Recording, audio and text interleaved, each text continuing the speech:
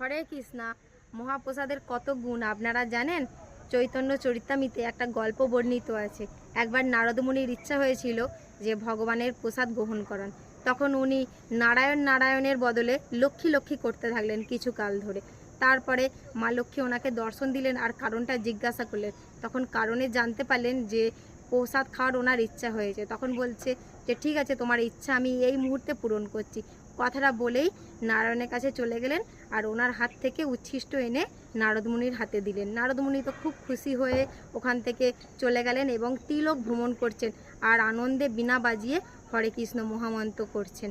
তখন ওনাকে দেখে শিবের কারণটা জানতে চাইল শিব, যে তোমার কারণ কি এত আনন্দের? তখন কারণে জানতে পারলেন প্রসাদের কথা। তখন বলছে যে আমাকেও তাহলে একটু প্রসাদ দাও, আমিও একটু গ্রহণ করি।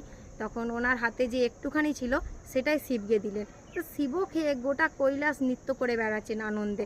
কারণ পার্বতী কিছুক্ষণ পরে এলেন, এসে জিজ্ঞাসা করছেন যে প্রভু, আপনার এত নৃত্যের কারণ কি? তখন কারণে উনি প্রসাদের কথা জানতে পারলেন। তখন বলছে ঠিক আছে, আপনি যখন প্রসাদ গ্রহণ করেছেন ভগবানের, তাহলে আমাকেও একটু দিন। তখন শিব বলছে যে আনন্দে আমি তো সবটাই গ্রহণ করে ফেলেছি, আর একটুকু তো নেই। তখন পার্বতীর একটু রাগ মতো হয়েছিল।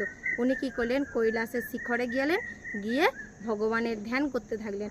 কিছু কাল যাবৎ ধ্যানের পর নারায়ণ দর্শন দিলেন এবং কারণে জিজ্ঞাসা করলেন যে তোমার ধ্যানের কারণটা কি? তখন উনি কারণে প্রসাদের কথাটাই জানতে পারলেন। তো ওনাকে বললেন ঠিক আছে, বেশি দেরি নেই, তুমিও প্রসাদ পাবে।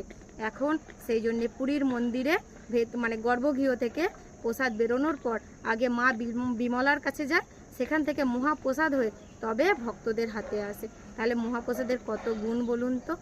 মহাপ্রসাদ একই পাত্রা থেকে যদি মানুষও খায়, কুকুর বেড়ালও খায়, তবুও কিন্তু মহাপ্রসাদ এঁঠো হয়ে যায় না। মহাপ্রসাদ এতটাই গুণ মহাপ্রসাদের। হরে কৃষ্ণ।